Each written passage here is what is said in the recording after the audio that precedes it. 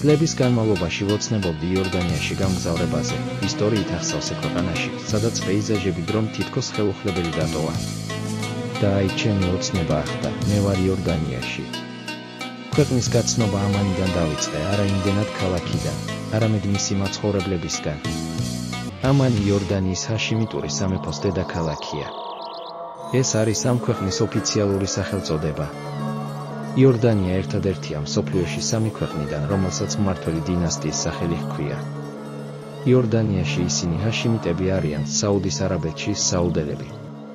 ლიხტენშტეინის სამთავრო ასევე ატარებს მისი მმართველი დინასტიის სახელს. იორდანია პატარა არაბული ქვეყანაა ახლო აღმოსავლეთში, რომელიც ესაზღვრება სირიას, ერაყს, საუდის არაბეთს და ისრაელს. თავისი პრაგმატული პოლიტიკის წყალობით ის ყველაზე მშვიდი და უსაფრთხო ქვეყანაა ამ პრობლემურ რეგიონში. სამეფო ოჯახს აქ დიდ პატივს სცემენ. მეფე აბდალა მეორეს ბრიტანელი დედისგან ერგო ლურჯი თვალები. და ყველა იორდანელი ამაყობს თავისი დედოფლით.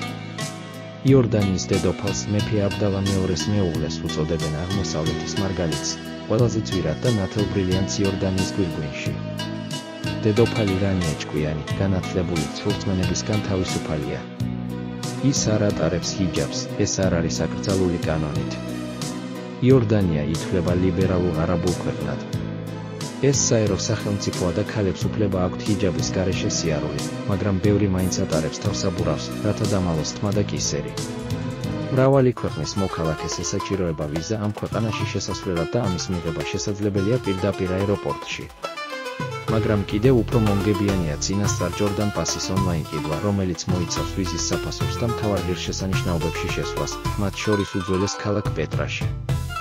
მაგრამ არის ერთი პირობა. თქვენ უნდა დარჩეთ ქვეყანაში მინიმუმ 3 ღამე. არის ჯორდან პასის 3 ვარიანტი. მათ აქვთ განსხვავებული ფასები, მაგრამ განსხვავდება მხოლოდ პეტრას მოსანახულებლად დღეების რაოდენობით. თუ ვიზას და მუზეუმებში და პეტრაში შესასვლელს ცალ-ცალკე გადაიხდით, გაცილებით ძვირი და გიჯდებათ. გირჩევთ აეროპორტში მცირე თანხის გაცვლას, ვინაიდან იქ გაცვლითი კურსი არახელსაყრელია. იორდანული დინარი საკმაოდ ძვირია, თითქმის $1.9. ამიტომ იორდანიაში ფასები არ არის იაფი. სხვათა შორის ეროვნული ვალუტა, დინარი ერთ-ერთი ყველაზე ძლიერია მსოფლიოში, რომლის კურსი პრაქტიკულად არ იცვლება. არის ადგილობრივი ფულის კიდევ ერთი თვისება განსაკუთრებით მონეტებში. თუ ბანკნოტებს უკანა მხარეს ჩვეულებრივი ციფრები აქვს, მონეტებზე მხოლოდ არაბული ციფრებია. და მათი ნომინალი წერია პატარა ასოებით ინგლისურად. მათ გარკვევას გარკვეული დრო სჭირდება. სხვათა შორის აეროპორტში ავტობუსის ბილეთების გამყიდველები ამას იყენებენ. როცა ავტობუსში მონეტებში გავერკვიე, 15 პიასტრი აკლდა. აეროპორტი ამანიდან დაახლოებით 30 კილომეტრში მდებარეობს. ქალაქსა და აეროპორტს შორის დადიან ავტობუსები, რომლებიც დაახლოებით ყოველ 9 საათში გადიან. ფანჯრის გარეთ მოსაწყენი პეიზაჟია.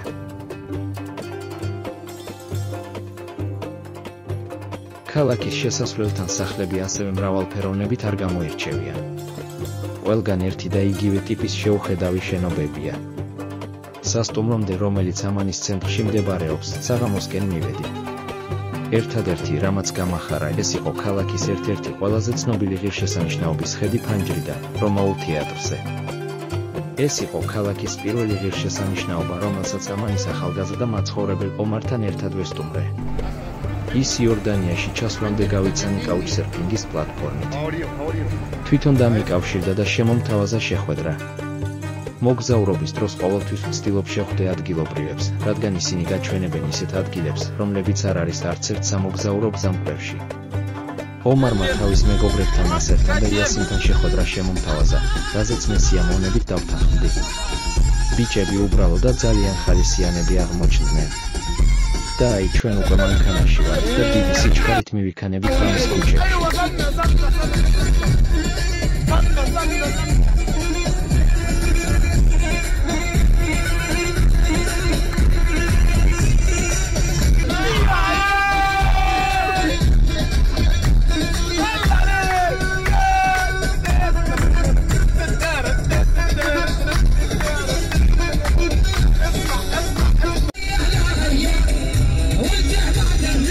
რეჟისორმა ჩართო მუსიკა სულ ხმაზე და მგონი დაავიწყდა, რომ საჭესთან იჯდა.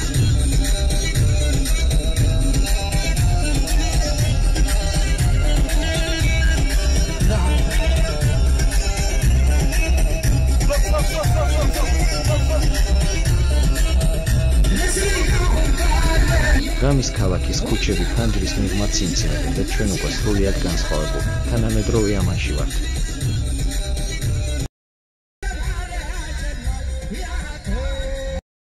ამ რაიონს ალ-აბდალი ჰქვია.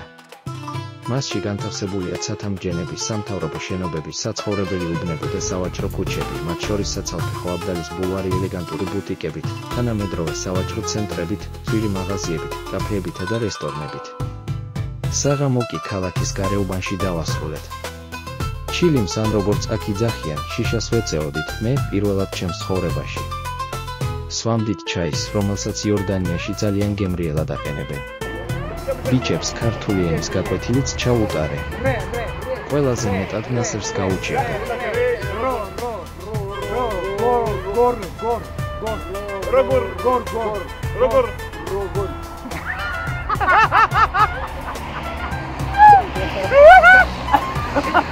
قلني معاه على غدا على قبان يا رجل رجل صبر مرة رجل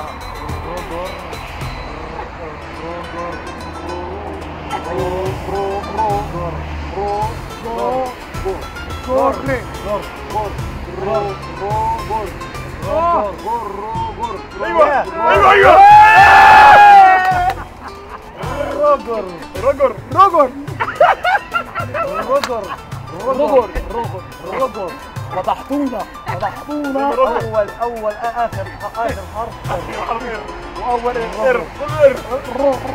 واول اول حرف اخر حرف اللي بالنص اج او رجل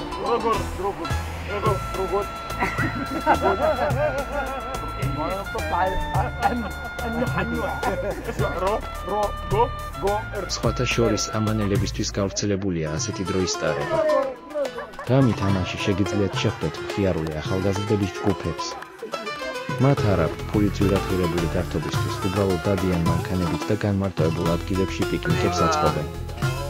ეწევიან ჩილიმს, ცეკვავენ, მღერიან, ერთი სიტყვით, მხიარულობენ, როგორც შეუძლიათ. მათ შორის გოგონები, რა თქმა უნდა, არ არიან. ეს საღამო იორდანიაში ჩემი მოგზაურობის ყველაზე დასამახსოვრებელი მოვლენა გახდა. მეორე დღე დილის 4-5 საათზე ლოცვით დაიწყო ახლო მდებარე მეჩეთიდან. დილის ლოცვა დინამიკიდან მაშინვე შეგახსენებთ, რომ არაბულ ქვეყანაში ხართ. ქალაქის გაცნობა რომაული თეატრიდან დავიწყე, რომელიც წინა საღამოს დაკეტილი იყო. ჩემი მეგზური ამ დღისთვის ტარეკი იყო, კიდევ ერთი ამანელი, რომელმაც შემომთავაზა გამხდარიყო ჩემი პირადი გიდი. რომაული თეატრი რომაული პერიოდის ერთ-ერთი ყველაზე ცნობილი ძეგლია დედამიწაზე, რომელიც პირდაპირ კლდის სისქეშია გამოკვეთილი. თეატრი 6000 ადამიანს იტევს და დღემდე მასპინძლობს კონცერტებს. აკუსტიკას შეუძლია გადასცეს ის, რაც ხდება სცენაზე, მივიდეს ყველა მაყურებელის ყურთან, მიუხედავად იმისა, თუ საცხედან. საინტერესოა ისიც, რომ თეატრის გრძელი სკამები სპეციალურად ჩრდილოეთისკენაა მიმართული, რაც საშუალებას გაძლევთ დღის ნებისმიერ მონაკვეთში უყუროთ, რა ხდება სცენაზე მზის სხივებისგან დაბრმავების შიშის გარეშე. განსაკუთრებით მაშინდელი დიდებულებისთვის თეატრი მიწისქვეშა გვირაბით უკავშირდებოდა ციტადელს, ციხესიმაგრეს, რომელიც დგას ერთ-ერთ ბორცვზე და გადმოჰყურებს ქალაქს. ეს უზრუნველყოფდა კარგ დაცვას, მათ შორის ზაფხულის მცხუმარე მზისგან და საშუალებას აძლევდა მსურველებს ჩასულიყვნენ დაუბრკოლებლად და აღფრთოვანებულიყვნენ ახალი სანახაობებით. თეატრის ზომა შთამბეჭდავია. ქვის ფილებზე ფეხის დადგმისას არ შეიძლება არ იფიქროთ, რომ ალბათ თავად რომის იმპერატორი ადრიანე დადიოდა მასზე, რომლის სტუმრობისთვისაც აშენდა ეს თეატრი. ნაგებობის სიდიადე სრულად რომ შეიგრძნოთ, სულ მაღლაადით. აქედან იშლება ულამაზესი ხედი ქალაქზე და ციტადელზე. მაგრამ სანამ ბორცვზე ახვალთ ეწვიეთ ორ მუზეუმს, რომლებიც თეატრის ტერიტორიაზე მდებარეობენ. იორდანიის ფოლკლორის მუზეუმის სცენის მარცხნივ იორდანიის საყოფაცხოვრებო ნივთების კოლექციით და იორდანიის ტრადიციული კოსტიუმებისა და სამკაულების მუზეუმი მარჯვნივ ეროვნული კოსტუმების, უძველესი სამკაულების და მოზაიკის გამოფენით. მუზეუმების მონახულების შემდეგ გადაკვეთეთ გზა და ადით ბორცვზე ციტადელამდე, სადაც ნახავთ უძველესი ციხის ნანგრევებს, რომაულ ტაძარს, ბიზანტიურ ეკლესიას და სხვა არქეოლოგიურ ძეგლებს. შეგიძლიათ ტაქსით ახვიდეთ, ან შეგიძლიათ ფეხით ახვიდეთ ვიწრო მიხოულ-მოხვეულ ქუჩებსა და ციცაბო საფეხურებზე. და ნუ ეცდებით საფეხმავლო გადასასვლის პოვნას. გადადით სადაც გინდათ. და თუ მოძრაობა ინტენსიურია, უბრალოდ ასწიეთ ხელი. იორდანიაში მძღოლები ფეხით მოსიარულეებს უსიტყვოდ უშვებენ, მაშინაც კი, როცა წითელი ანთია, რადგან ადგილობრივი კანონმდებლობის თანახმად, შეჯახების შემთხვევაში ფეხით მოსიარულე ყოველთვის მართალია. ციტადელიდან იშლება რომაულ თეატრზე ულამაზესი ხედი, ისევე როგორც თითქმის მთელ ქალაქზე. ერთმანეთთან მჭიდროდ დაჭერილი სახლები ჰგავს მუყავს ყუთებს დამოჭრილი ფანჯრებით. ამინდისა და დღის დროის მიხედვით ქალაქი ხან ნაცრისფერია, ხან თეთრი, ხან ქვიშისფერი. ეს სპეციალურად კეთდება, რადგან ასეთი სახლები უკეთი რეკლამი მზის სხივებს და შიგნით ინარჩუნებენ სიგრილეს ცხელ ამინდში. ამანი დედამიწის ერთ-ერთი უძველესი ქალაქია. 7000 წლის წინ აქ უკვე ცივილიზაცია იყო. ქალაქი მოხსენიებულია ძველ აღთქმაში რაბატ ამონის სახელით, როგორც ამონის სამეფოს დედაქალაქი. ეგვიპტის ბერძენი მმართველის, პტოლემე მეორის მმართველობის დროს ქალაქს ეწოდა ფილადელფია, ხოლო რომაული მმართველობის დროს გახდა ახლო აღმოსავლეთის ერთ-ერთი ცენტრი. რამდენიმე საუკუნის განმავლობაში ქალაქი ნაბატეველთა სამეფოს ნაწილი იყო. არაბთა სახალიფოს დროს ქალაქს დასახელება შეეცვალა და ამანი ეწოდა. თავისი ისტორიის მანძილზე მან განიცადა რამდენიმე დიდი მიწისძვრა და ნანგრევებად დარჩა მე-19 საუკუნის ბოლომდე. ამიტომ აქ უძველესი ნაგებობები ძალიან ცოტაა. ყველა მათგანი ძირითადად ციტადელის ძალიან უძველესი კომპლექსის ტერიტორიაზე მდებარეობს, სადაც ბიბლიური, ანტიკური, ბიზანტიური და ოსმალეთის პერიოდის ნაგებობებია შერეული. ამრიგად რომაული ეპოქიდან შემორჩენილია ძველი წელთაღრიცხვის მეორე საუკუნეში აშენებული როდესღაც დიდებული ჰერაკლეს ტაძრის ნანგრევები. 33 სვეტიდან, რომლებიც ოდესღაც ტაძარს აკრავდა, მხოლოდ 3-ია კარგად შენარჩუნებული. ქვეყნის მაცხოვრებლებს და მრავალ ტურისტს უყვართ სურათების გადაღება მათ ფონზე. ჰერაკლეს უზარმაზარი ქანდაკიდან კი მხოლოდ 3 თითი და მუხლის ფრაგმენტია შენარჩუნებული. აქ ბიზანტიური ხანიდან შემორჩენილია მე-6 საუკუნის ბაზილიკა. არაბთა სახალიფოს ბატონობის პერიოდს ომაიანთა დინასტიის სასახლის ნანგრევები გვახსენებს. სასახლე მე-8 საუკუნის დასაწყისში აშენდა. საუკუნეებისა და ათასწლეულების ქარცეცხლში გამოვლილ ნანგრევებში ხეტიალისას, რომელსაც ახსოვთ ეგვიპტური ეტლები, რომაელი ლეგიონერები და არაბი მხედრები, ხვდებით თუ წინაპრების რაოდენ დიდი ეპოქა უძღოდა წინ იორდანიის თანამედროვე მაცხოვრებლებს.